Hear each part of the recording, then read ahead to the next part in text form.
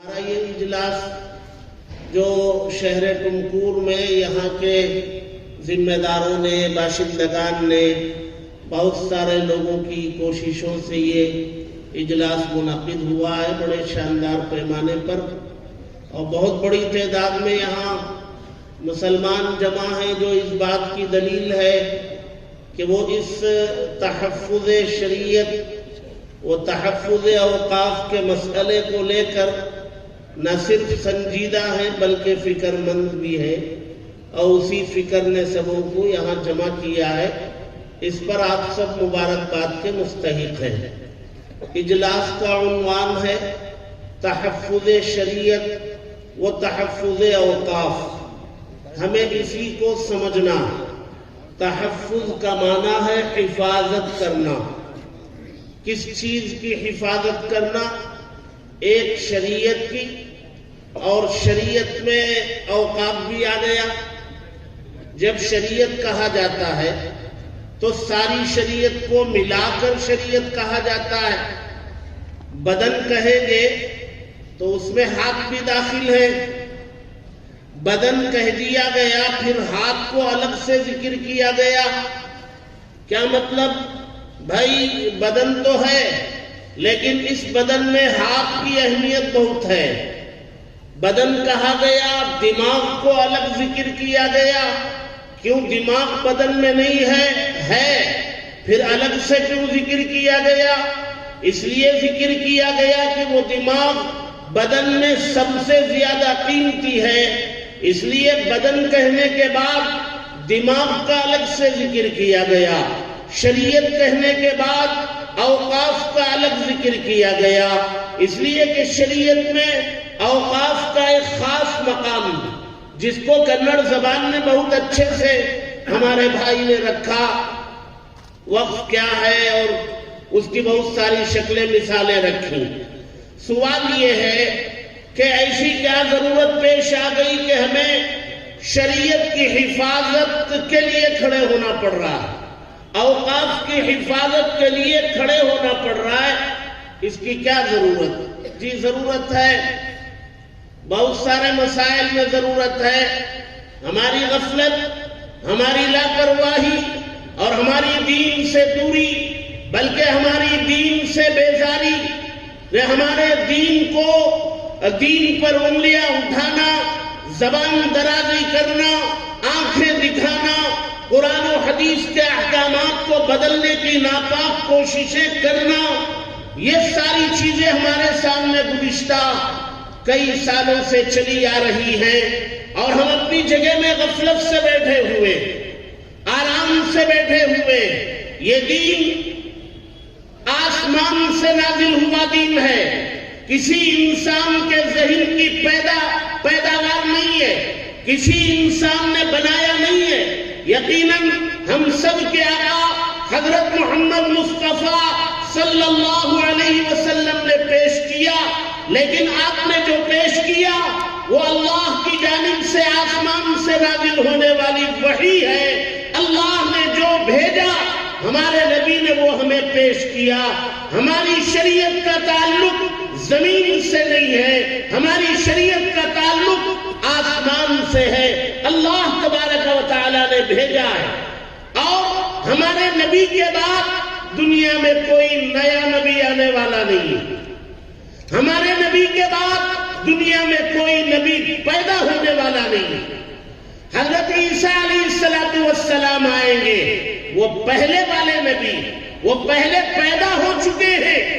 اب میں نے کہا ہمارے نبی کے بعد کوئی نبی پیدا نہیں ہوگا، لہذا آج کوئی آ کر کے کہے، 15ویں صدی میں ہمارے سامنے آ کے کہے کہ میں نبی ہوں، تو ہمیں دو ٹوک انداز میں کہنا چاہیے ہمارے نبی آخری نبی ہے، آپ کے بعد کوئی نبی آنے والا نہیں، کوئی نبی پیدا ہونے والا نہیں۔ عیسیٰ علیہ السلام آئیں گے، قیامت کے قریب آئیں گے، قیامت کی علامتوں میں سے وہ ایک علامت ہے، لیکن عیسیٰ پہلے پیدا ہو چکے ہیں۔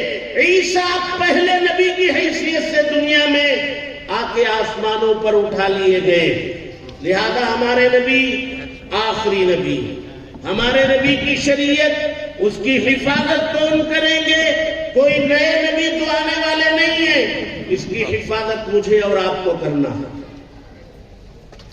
اللہ تبارک و تعالی نے قرآن میں فرمایا کنتم خیر امت اخرجت للناس تأمرون بالمعروف وتنہون عن المنکر، تم بہترین امت، قیامت تک پیدا ہونے والے تمام انسانوں کے بارے میں فرمایا تم بہترین امت ہو۔ کیوں بہترین کا خطاب ملا؟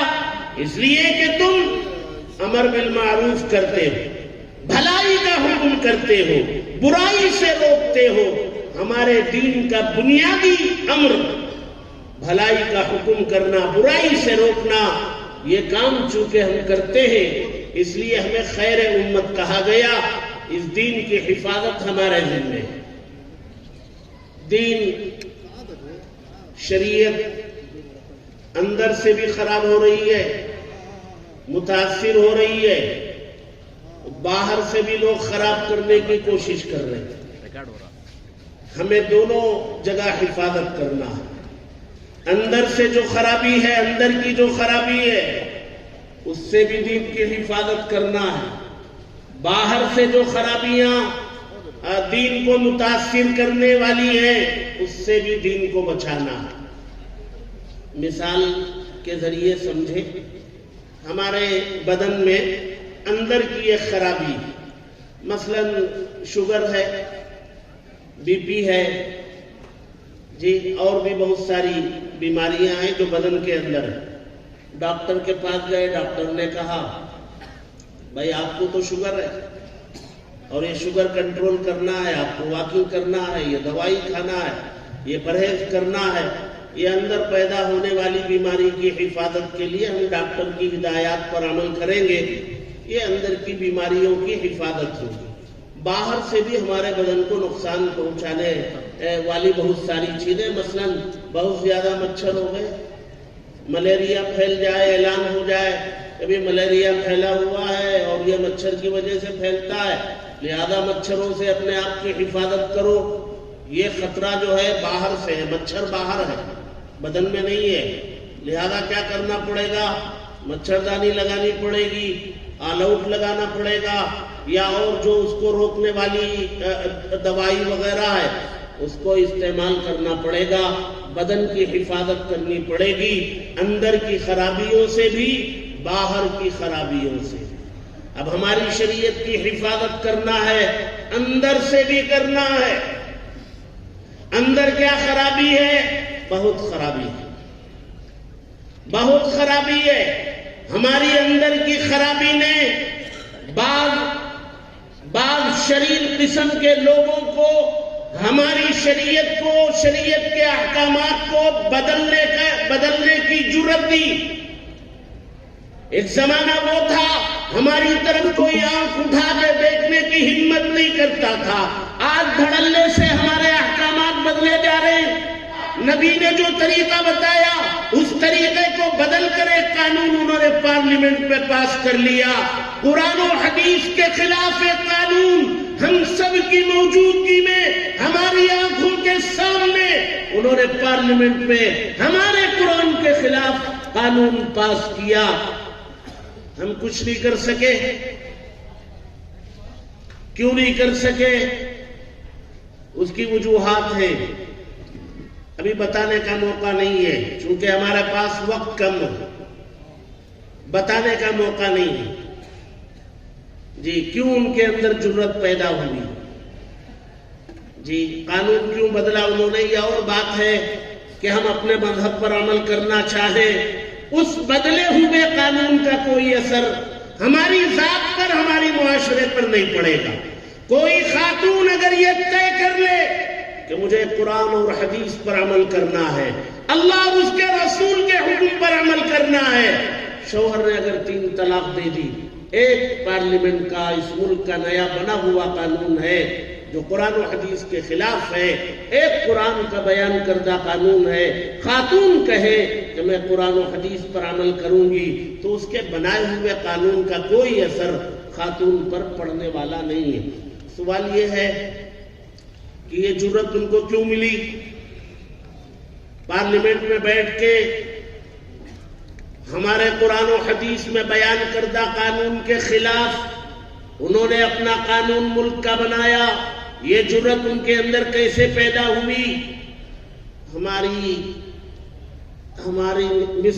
مس یوز نے، ہمارے غلط طریقوں نے، ہمارے دین پر عمل نہ کرنے نے. ہمارے نوجوان بات پر، چھوٹی چھوٹی بات پر، جنہیں کلمہ ٹھیک سے یاد نہیں، جنہیں سورہ فاتحہ یاد نہیں، جنہیں دعائے قنوت یاد نہیں، وہ نوجوان بھی جب میاں بیوی میں لڑائی جھگڑا ہو جائے اس کو سورہ فاتحہ یاد نہیں، لیکن یہ معلوم ہے کہ ایسے لڑائی جھگڑے کے موقع پر مجھے طلاق بولنا ہے اور 3 ہی مرتبہ بولنا ہے، طلاق طلاق طلاق. اب پورے ملک کے اندر یہ ہونے لگا. جی نوجوان جو ہے ان کو دین نہیں چاہیے، علماء نہیں چاہیے، مسائل معلوم نہیں کرنا ہے، مسئلے کے حل کو نہیں معلوم کرنا ہے. ٹھیک ہے، اللہ کا بنایا ہوا قانون ہے، جب رشتے میں نبھاؤ نہ ہو تو اسے رشتے کو ختم کرنے کا ایک طریقہ. یہ صرف مذہب اسلام ہے جس نے ایک اجنبی لڑکے اور ایک اجنبی لڑکی کو نکاح کے بندھن میں باندھنے کا قانون بھی بیان کیا، میاں بیوی بننے کا قانون بھی بیان کیا. اگر نبھاؤ نہ ہو تو اس رشتے سے باہر نکلنے کا راستہ بھی بتایا. یہ صرف مذہب اسلام نے بتایا، دنیا کے کسی مذہب نے اس رشتے سے نکلنے کا طریقہ نہیں بتایا. اب ہمیں بتایا گیا، ہم غلط استعمال کر رہے ہیں. اب جب بہت زیادہ فائرنگ ہونے لگی طلاق کی، وہ موقع کی تلاش میں تھے. بہت ساری خواتینوں نے کورٹ کا رخ کیا، مقدمات دائر ہوئے کہ اس کو بہانہ ملا. اس نے کہا کہ مسلمان ہمیشہ اپنی بیویوں پر تلوار لٹکائے رکھتے ہیں طلاق کی، اور جب موقع ملے وہ تلوار چلا دیتے ہیں 3 مرتبہ کہہ کر، اور پھر فتویٰ یہ دیا جاتا ہے کہ اب یہ بیوی بن کے باقی نہیں رہی. لہذا انہوں نے قانون بنایا 3 مرتبہ بولنے کے باوجود بھی وہ بیوی ہی رہے گی، ساتھ میں رکھنا پڑے گا اور نان نفقہ دینا پڑے گا، بیوی ہی کی طرح رکھ کر پوری زندگی گزارنا پڑے گا، اور اگر ایسا نہیں کریں گے تو جیل میں ڈال دیے جائیں گے. یہ ہماری دین پر عمل نہ کرنے یا دین پر غلط عمل کرنے نے ان کو موقع دیا. اور ایک بات بھی ہماری زبان پہ رہتی ہے، جی ایک تلوار تو ہم طلاق کی لٹکائے رکھتے ہیں بیویوں پر، اور ایک طلاق کون سی لٹکاتے ہیں؟ 4 شادیوں کی اجازت ہے. یہ تلوار میں لٹکائے رکھتے ہیں. کس نے بتا دیا بھائی 4 شادیوں کی اجازت ہے؟ ہر ایک کو ہے. بھائی مسجد میں آپ جائیں گے، سب لوگ کھڑے ہو کر کے نماز پڑھتے، 12 15 20 آدمی چیئر پہ بیٹھتے. کیا ساری مسجد میں آنے والوں کے لیے چیئر پہ بیٹھنے کی اجازت ہے؟ بھائی ان لوگوں کو ہے جو رکوع نہیں کر سکتے، سجدہ نہیں کر سکتے، ان کے لیے بھی ضروری ہے کہ وہ قیام میں کھڑے ہوں. وہ قیام میں کھڑے ہونا ان کے لیے بھی ضروری ہے. جو چیئر پہ بیٹھتے ہیں تکبیر تحریمہ سے ان کا قیام چھوٹ رہا ہے، اور قیام فرض ہے، اور فرض کے چھوٹنے سے نماز نہیں ہوتی. اس لیے چیئر پہ پڑھنے والے نماز وہ کھڑے رہیں. اگر ان سے رکوع ہوتا ہے تو رکوع بھی سب کے ساتھ کریں، رکوع نہیں ہوتا تو بیٹھ جائیں چیئر پہ. رکوع ہوتا ہے تو آپ رکوع کریں جھک کے. سجدے میں جا نہیں سکتے تب آپ بیٹھیں. سجدہ بھی کر سکتے ہیں تو آپ سجدہ بھی کریں. اتحیات میں نہیں بیٹھ سکتے تب اٹھ کر کے بیٹھے اتحیات میں. بہرحال سب کو چیئر پہ بیٹھنے کی اجازت نہیں ہے. جس کے پیروں میں قوت نہیں، طاقت نہیں، عذر ہے، وہ جھک نہیں سکتا ہے، ریڑھ کی ہڈی میں اسے تکلیف ہے، یا وہ سجدے میں نہیں جا سکتا ہے، یا تحیات میں نہیں بیٹھ سکتا ہے، اسے اجازت دی گئی بھئی چیئر پہ بیٹھ کے پڑھ لو.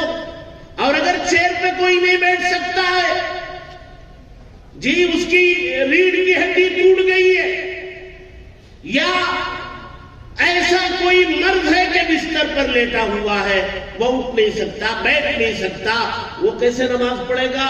وہ لیٹ کے پڑھے گا. اب ہم سب لیٹ کے پڑھنا ہم سب شروع کر دیں گے. بھئی 4 شادیوں کی اجازت ہے، کسے اجازت ہے؟ مسجد میں جیسے معذورین کو بیٹھنے کی اجازت ہے، بیماروں کو جو چل پھر نہیں سکتے لیٹ کر پڑھنے کی اجازت ہے، ویسے ہی 1 سے زیادہ نکاح کی اجازت اس شرط کے ساتھ ہے فَإِنْ خِفْتُمْ أَلَّا تَعْدِلُوا فَوَاحِدَةً. اگر تم عدل نہیں کر سکتے تو ایک ہی بیوی رکھنا. عدل کا مطلب کیا ہے؟ دونوں بیویوں کو برابر کا حق دینا، دونوں کو برابر ایک درجے کے مقام میں رکھنا، دونوں کو ایک جیسا کھانا کھلانا، ایک جیسا اسٹیٹس دینا، ایک رات یہاں ایک رات وہاں گزارنا. یہ بہت سارے شرائط ہیں. اب پریشانی کیا ہے؟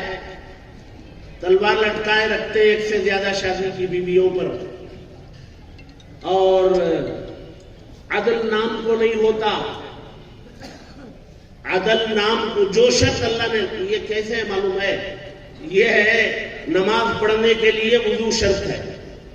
وضو کرے بغیر نماز نہیں پڑھ سکتے، وضو کرنا پڑے گا، اس کے بعد ہی نماز ہے. 2 ایک سے زائد شادی کرنے کے لیے پہلے عدل ہونا چاہیے.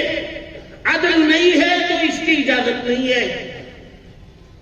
اب لوگ عدل جانتے ہی نہیں، جی شادی دوسری کر لیتے ہیں.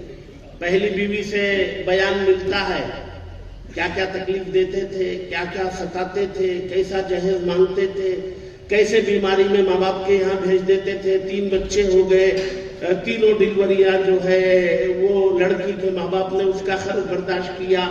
ذرا سا بیمار ہو گئی بھیج دیا، اسکول کی فیس وہ ماں باپ کے گھر سے لائے. یہ اتنا تکلیف دے کر کے اس پہلی بیوی کو رکھا تھا، اب دوسرا نکاح کر لیا. کیا ہوگا؟ وہ پی ایم صاحب انتظار میں ہیں کہ ان کو کب میجارٹی ملے گی اور وہ یو سی سی لے آئیں، یونیفارم سول کوڈ لے آئیں، اور پورے ملک میں ایک ہی شادی کی اجازت والا قانون بنائیں. یہ کیوں وہ بنانے جائیں گے؟ ہماری طرف سے جو ہے مس یوز ہو رہا ہے. میں اندر کی خرابی کی طرف اشارہ کر رہا تھا. ہمارے اندر بہت ساری خرابیاں ہیں. نشے کی چیزیں مسلم محلوں میں بکتی ہیں. کون سر پر ہاتھ رکھتے ہیں بیچنے والوں کے؟ ہمارے لوگ سروں پر ہاتھ رکھتے ہیں بیچو، کمیشن ملتا ہوگا، ہفتہ ملتا ہوگا. اللہ تبارک و تعالیٰ نے، اللہ کے نبی نے فرمایا نشے کی چیز چاہے وہ کوئی بھی ہو حرام. ہم خنزیر کو حرام مانتے ہیں، خنزیر کی دکان پر سے گزرنے کے لیے تیار نہیں. جیسے خنزیر حرام ہے ویسے وہ نشے کی چیز بھی حرام ہے. یہاں نشے کی چیز بیچنے پر لوگوں کو ابھار رہے، تیار کر رہے، اور یہاں خنزیر کی دکان پر سے گزرنے تیار نہیں. یہ میٹھا میٹھا ہڑپ، کڑوا کڑوا تھوتو. افتؤمنون ببعض الکتاب وتکفرون ببعض. بعض احکام پر ایمان لاتے ہیں اور بعض کو نہیں مانتے ہیں. یہ تو یہودیوں کی علامت ہے. بہرحال ایک ہماری اندر کی خرابی ہے، اس کی بھی اصلاح کرنا ہے. کریں گے. ہمارے اندر کا مسئلہ ہے، ہمارے گھر میں 3 بھائی ہیں، تینوں میں لڑائیاں ہیں. ٹھیک ہے، ان تینوں میں صلح کرنا ہے، کرانا. ہمارے اندر کی خرابیوں کو دور کرنا ہے. لیکن ہمارے گھر پر اگر کوئی باہر سے حملہ کرنے آ جائے تو ہمیں کیا کرنا ہے؟ تینوں بھائیوں کو اپنی لڑائی بھلا کر تینوں کو ایک ہو کر کے باہر جو دشمن آیا ہے اس کا دفاع کرنا ہے، ڈیفنس کرنے کے لیے باہر نکلنا ہے۔ کیا سمجھ کے آئے تھے؟ ہم تینوں لڑ رہے ہیں اس لیے تم آ گئے ہمارے دروازے پر؟ دیکھو ہم تینوں ایک دوسرے کا ہاتھ پکڑ کر کے کھڑے ہوئے ہیں، کس کی ماں نے دودھ پلایا ہے آگے بڑھ کے دیکھ لو، پھر تمہیں پتا چلے گا کہ ہمارا اختلاف بھی اتنا ہی مضبوط ہے جتنا اتحاد ہوتا ہے۔ باہر سے آج ہمارے اوپر حملے ہو رہے، بہت سارے ہوئے اور ہونے والے بھی ہیں۔ ابھی وقف امینڈمنٹ بل پیش کیا گیا ہے جس کی طرف ہمارے بھائی نے بہت تفصیل پیش کی ہے۔ اب یہ وقف کی زمینوں میں اندر کی بھی خرابیاں ہیں۔ اندر کی کیا خرابیاں؟ ہمارے لوگوں نے بھی تو قبضہ کر رکھے ہیں، بڑی بڑی زمینیں قبضہ کر رکھے ہیں۔ 300 روپے کرایہ دیتے ہیں وقف کی دکان کا اور انہوں نے کسی اور کو کرایے پہ دے دیا 30,000 روپے۔ 30,000 روپے لے کے وہ خنزیر کا گوشت کھا رہے ہیں۔ خنزیر کا گوشت کھانا اور یہ کھانا دونوں حرام ہیں، تو بھائی دونوں ایک ہیں۔ اب 30,000 یہاں سے لے کے کھائیں گے، 300 وہ وقف میں باندھیں گے، اب وہ بھی کئی سال کا باقی ہے۔ بے شک یہ اندر کی خرابی، بدن کے اندر شوگر ہے، بی پی ہے اور اسٹریس ہے، اور کیا کیا پتہ نہیں اندر کی بیماریاں ہیں۔ اور باہر کی بیماریاں، اندر کی جو بیماریاں ہیں اس سے قوت ملتی ہے باہر والوں کو کہ بھئی اب تو یہ بیمار ہو چکا ہے، چلو اس کو ایک انگلی سے دھکا دیں گے تو گر جائے گا، لہذا باہر والوں کی ہمت ہوتی ہے۔ اب انہوں نے وقف امینڈمنٹ بل پیش کیا، بہت ساری چیزیں اس میں ہیں۔ اس میں ایک چیز یہ بھی ہے کہ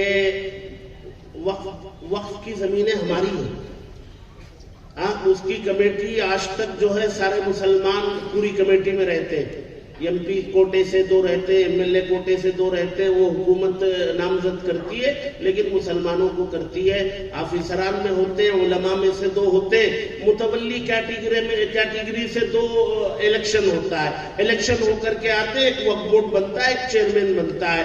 اب وقف امینڈمنٹ بل میں انہوں نے یہ لکھا ہے کہ اب اس کے بعد جو ہے وقف بورڈ میں غیر بھی رہیں گے 2۔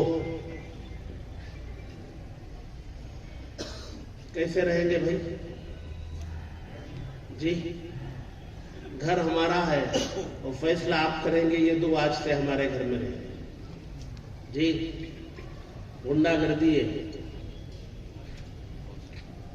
اور کیا کریں گے؟ اور بھی بہت ساری چیزیں ہیں اس میں۔ اب تک ہمارے جو ہے وقف کے مسئلے میں آپس میں کچھ اختلاف ہو گیا، بھائی وقف بورڈ حل کر دے گا۔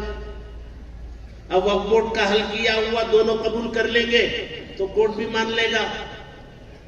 اب وقف بورڈ میں حل نہیں ہو سکا، وقف ٹریبونل میں حل کرنے کی کوشش کریں گے، ایک خاص کورٹ ہے جس میں وقفی کے مسائل حل ہوتے، اور وہاں جو جج بیٹھا ہوتا ہے وہ بھی سرکار نے اس کو متعین کیا ہوا ہوتا ہے، وہ وہاں اطمینان سے سن کر کے مسئلے کو حل کرتے۔ وہاں بھی حل نہیں ہوا، پھر سیشن کورٹ میں جاؤ، ہائی کورٹ میں جاؤ، سپریم کورٹ میں جاؤ۔ یہ ایک راستہ ہمارے پاس کھلا ہوا تھا۔ اب انہوں نے کیا کر دیا؟ اب انہوں نے یہ کر دیا کہ اب کوئی اختلاف ہو جائے تو وقف بورڈ بھی نہیں حل کر سکتا، ٹریبونل بھی نہیں حل کر سکتا، وہ ڈی ایم کرے گا یا تحصیلدار کرے گا، اور اس کے فیصلہ کرنے کے بعد اپیل کا حق نہیں ہوگا، نہ سیشن میں، نہ ہی کورٹ میں، نہ سپریم کورٹ۔ اور ڈی ایم کیا کرے گا ہمیں پتا ہے۔ ایک یہ بھی کر دیا کہ ہماری مسجد 500 سال سے چلی آ رہی ہے، کوئی غیر بھائی آ کر کے کہہ دیا کہ اصل میں ہمارے پرکھوں کی زمین ہے، اب یہ فیصلہ کہاں جائے گا؟ وہ ڈی ایم کے پاس جائے گا، کورٹ میں نہیں، کورٹ میں نہیں، یہاں جائے گا۔ وہ کیا فیصلہ کرے گا میں اور جانتے ہیں۔ بہرحال حالات ہیں، اندرونی بھی حالات ہیں، ہر مسئلے میں ہے۔ جی جیسے میں نے کہا نشے میں ہے، اور شریعت کے احکامات پر عمل کرنے میں ہے، وقف میں بھی ہے، نکاح میں بھی ہے، طلاق میں بھی ہے، اندرونی خرابیاں بھی ہیں، اندرونی خرابیاں بھی ہیں، اسے دور کریں گے۔ میں جمعہ کے میدان سے کرتے رہتے ہیں، اصلاح معاشرہ کے جلسے ہوتے رہتے ہیں جی. اور اب ہم چونکہ باہر سے حملہ ہونے جا رہا ہے، ہم سبوں کو ایک ہو کر کے کھڑے ہونا ہے، بتانا ہے کہ بھی ہمارے اندر ٹھیک ہے، ہم غلط بھی کر رہے ہیں، سب بھی کر رہے ہیں اور اختلاف بھی ہے، لیکن تم باہر ہو کے آؤ گے تو ہم سب ایک ہیں اور مل کے دفاع کریں گے. تو دفاع کی شکلیں بہت ساری ہیں. اس میں آپ نے جو ہے میل بھیجا چیف جسٹس کو، 3.5-4 کروڑ میل گئے. یہ جو مرکزی حکومت 2 بیساکھیوں پر چل رہی ہے، ایک ادھر آندھرا کی بیساکھی، ایک بہار کی ہے، ان دونوں پر محنتیں ہو رہی ہیں کہ وہ اس کی مخالفت کرے بل کی. ایک راستہ یہ بھی ہے کہ سماجی پریشر بنایا جائے، سارے مسلمانوں کو بیدار کر کے کھڑا کر دیا جائے. ایسا پہلے بھی ہوا، ایسا اس سے پہلے بھی ہوا ہے. حضرت مولانا مقصود عمران صاحب نے اپنی تقریر میں کہا کہ لے پالک بیٹے کو کے بل کو بھی پیش نہیں کر سکتے، واپس لینا پڑا. شاہ بانو کیس میں سپریم کورٹ نے فیصلہ کر دیا، لیکن ملک کا مسلمان کھڑا ہو گیا پورے ملک میں. تو شاہ بانو کیس کا جو فیصلہ قرآن کے خلاف سپریم کورٹ نے کیا تھا، پارلیمنٹ میں لا کر کے اس کو بدلا گیا. راجیو گاندھی کی حکومت تھی. بہرحال اسی سماجی پریشر اور دباؤ بنانے کے لیے 24 کو اجلاس بنگلور میں حضرت قدوس صاحب عیدگاہ میدان میں، وہ عصر سے اجلاس ہوگا. وہ کیپیسٹی چاہے جتنی کی بھی ہو، لیکن ہمیں اپنے ناراض ہونے اور اس بل کی مخالفت کرنے کو بتانا ہے. تو سارے مسلمانوں کو اکٹھا ہونا ہے. ایسا نہ ہو حضرت نے جیسے فرمایا ہم قریب والے ہیں، کھانا وانا کھا کر کے 3 بجے چلیں گے. تو میں یہ سمجھ رہا ہوں کہ آپ 3 بجے چلیں گے ٹمکور والے، تو آپ میکری سرکل سے آگے نہیں بڑھ پائیں گے. میکری سرکل پر آپ وہاں تک لوگ رہیں گے، اسی سرکل میں جس چٹائی کے لانے کے لیے کہا گیا بچھا کے بیٹھنا. آپ کو میدان میں جگہ چاہیے تو فجر پڑھ کے چلیے، ناشتہ وہی کہیں بنگلور میں کر لیجئے اور ظہر وہی میدان میں پڑھیے اور کچھ ساتھ میں لے آئیے، کھا پی لیجئے تو میدان میں جگہ مل سکتی. قریب ہے 3 بجے جائیں گے تو میکری سرکل. اس لیے اور ایسا بھی نہیں ہے کہ بھئی اتنے لوگ جمع ہو رہے تو ہم جا کے کیا کریں گے. شیطان یہ بھی بولتا ہے سب تو جا ہی رہے ہیں، وہ بہت بڑا میرے ایک نہ جانے سے کیا ہوگا کچھ نہیں. کل کو حشر کے میدان میں حوض کوثر پر ہمارے نبی پوچھیں گے میرے دین پر بات آئی تھی اور تو یہ سوچ کے رہ گیا تھا، میرے دین کی حفاظت کے لیے تو جب جانے تیار نہیں ہوا تو میرے حوض سے پانی پینے کیوں آ گیا. چلو ڈانٹ دیے جائیں اور بھگا دیے جائیں تو وہاں کوئی اور حوض ہے، کوئی اور پانی پلانے والا وہاں ہے یا کوئی اور پانی وہاں ہے. اس لیے ہمیں اللہ کو بھی اپنے نبی کو بھی اپنا جذبہ دکھانا ہے. ایک بزرگ تھے، وہ جیل میں تھے، نام ہمیں ابھی یاد نہیں ہے، ان کو جیل ہو گئی تھی، وہ جیل میں تھے. پرانا قصہ ہے ایک اللہ کے ولی کا. وہ ہر جمعہ کو صبح تیار ہوتے، غسل کرتے، نہاتے دھو کر کے، کپڑے پہن کر کے، وہ اذان کا وقت ہوتا تو وہ اپنی جگہ سے اٹھتے اور تیز چلتے وہ جیل کے مین دروازے تک آتے اور آ کر کے دیکھتے دروازہ بند ہے تو واپس چلے جاتے اپنی جگہ میں. پھر واپس آتے تیز چل کے اور دروازے کو دیکھتے، پھر واپس چلے جاتے. یہی کرتے رہتے. بہت دیر کے بعد جا کر کے اپنی نماز پڑھتے. لوگ کہتے بھئی یہ کیا کرتے ہیں، آپ کو ہو کیا جاتا ہے جمعے کو کہ آپ یہ چکر لگاتے رہتے، کیا بات ہے آخر؟ تو انہوں نے کہا کہ اللہ تبارک و تعالی نے قرآن میں فرمایا اذا نودی للصلاة من یوم الجمعہ فَاسْعَوْا إِلَىٰ ذِكْرِ اللَّهِ، کہا جب جمعہ کے دن تمہیں مؤذن آواز لگائے، تمہیں بلائے تو دوڑو اللہ کے ذکر کی طرف، نماز کی طرف دوڑو، اور تجارت کو، سارے کاموں کو بند کرو۔ یہ قرآن میں اللہ نے کہا۔ اب یہاں جمعہ کا وقت ہو گیا، میں قرآن کی اس آیت پر عمل کرنے کے لیے دروازے تک جاتا ہوں۔ لوگوں نے کہا آپ کو معلوم ہے وہ دروازہ بند ہے، کھلتا نہیں، کوئی نکل نہیں سکتا، تو پھر آپ جاتے کیوں ہیں؟ تو بزرگ نے کہا کہ بھائی ٹھیک ہے، مجھے معلوم ہے کہ دروازہ نہیں کھلے گا، میں باہر جا نہیں پاؤں گا، لیکن میں کل اللہ کو یہ تو بتا سکوں گا کہ میں نے جانے کی کوشش تو کی تھی۔ جی ابراہیم علیہ السلام کو آگ میں ڈالنے کے لیے نمرود نے آگ لگائی، بہت زبردست آگ لگائی، اس کے اوپر سے کوئی پرندہ اڑتا تو وہ بھی جل جاتا، تو اس آگ کو بجھانے کے لیے ایک چڑیا جو ہے وہ چونچ میں ایک ایک قطرہ لا کر ڈالنے لگی۔ جی یوسف علیہ السلام کو مصر کے بازار میں لا کر کے بیچا جا رہا تھا، بہت خوبصورت تھے، بہت زیادہ قیمت لگ رہی تھی۔ ایک بڑھیا اپنے پاس وہ جو یہاں پاکٹ ہوتی ہے، پہلے کپڑے کی ہوتی تھی تھیلی، اس تھیلی میں کچھ سکے لے کر کے جا رہی تھی۔ لوگوں نے کہا کہ بھئی یوسف کی تو بڑی قیمتیں لگ رہی ہیں اور تو چند سکے لے کے جا رہی ہے خریدنے یوسف کو۔ تو بڑھیا نے کہا ٹھیک ہے میں نہیں خرید سکتی، مجھے معلوم ہے، لیکن یوسف کے خریداروں میں میرا نام تو آئے گا، تو اب آپ کو نام لکھانا ہے، اور اگر ایسا نہیں کریں گے تو پھر کل کو اللہ کے سامنے کھڑا ہونا، نبی کے سامنے کھڑا ہونا۔ اللہ ہم سب کو عمل کی توفیق عطا فرمائے، کہیں سنی گئی باتوں پر کو سمجھنے اور عمل کرنے کی توفیق عطا فرمائے۔ باتیں آپ کی سمجھ میں آئیں؟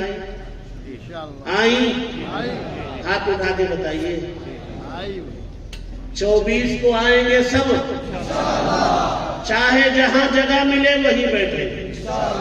اللہ سب کو عمل کی توفیق عطا فرمائے، آمین وآخر دعوانا۔